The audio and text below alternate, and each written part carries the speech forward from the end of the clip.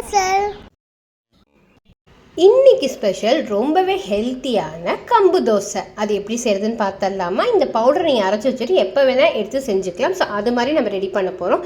அதுக்கு நான் இன்றைக்கி ஒரு 2 கப் அளவுக்கு கம்பு எடுத்துகிட்டு நல்லா வாஷ் பண்ணிவிட்டு, நம்ம இது ஊற வைக்கணும் அப்படிங்கிற எந்த அவசியமும் கிடையாது. அதை அப்படியே எடுத்து ஒரு பேனில் நல்லா ரோஸ்ட் பண்ணி எடுத்துக்கோங்க. அது ஒரு பொன்னிறமாக மாறும். உங்களுக்கு அந்த ஃப்ளேவர், அந்த ஸ்மெல் வர ஆரம்பிக்கும் பாருங்கள். அந்த ஸ்டேஜில் அதை ஆஃப் பண்ணிவிட்டு நல்லா ஆற விட்டுருங்க. அதுக்கப்புறமா மிக்சர் ஜாருக்கு ட்ரான்ஸ்ஃபர் பண்ணி இந்த மாதிரி அரைச்சி வச்சுக்கோங்க. நான் பிகினிங்லேயே சொன்ன மாதிரி நீங்கள் எடுத்து வச்சு வேணுங்கும் போது கூட யூஸ் பண்ணிக்கலாம். ஸோ இன்றைக்கி நான் இந்த அரைச்ச கம்பு மாவுலேருந்து 1 கப் அளவுக்கு கம்பு மாவு, ஒரு 1/2 கப் அளவுக்கு அரிசி மாவு, 1/4 கப் அளவுக்கு ரவை, கொஞ்சமாக ஜீரகம் சேர்த்திருக்கேன் ஒரு ஃப்ளேவருக்காக, தேவையான அளவுக்கு உப்பு, ஒரு 1/4 கப் அளவுக்கு தயிர், தேவையான அளவுக்கு தண்ணி சேர்த்து நல்லா மிக்ஸ் பண்ணி விட்டுக்கோங்க.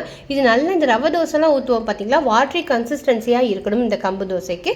ஸோ இன்ஸ்டண்ட்டாகவே நீங்கள் ஊற்ற ஆரம்பிச்சிடலாம். ஸோ பேனில் டேரெக்டாக கொஞ்சமாக வெங்காயத்தை ஆட் பண்ணிட்டு இந்த கம்பு தோசை மாவையும் போட்டு கொஞ்சம் ஆயிலை விட்டு சூப்பராக வார்த்து எடுத்தீங்க அப்படின்னா ரொம்பவே அருமையான ஹெல்த்தியான கம்பு தோசை உங்களுக்கு ரெடி.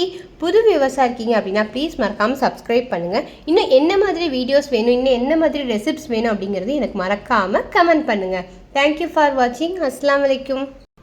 பண்ணுங்க, சப்ஸ்கிரைப் பண்ணுங்க. தேங்க்யூ. அச்சாத்தி.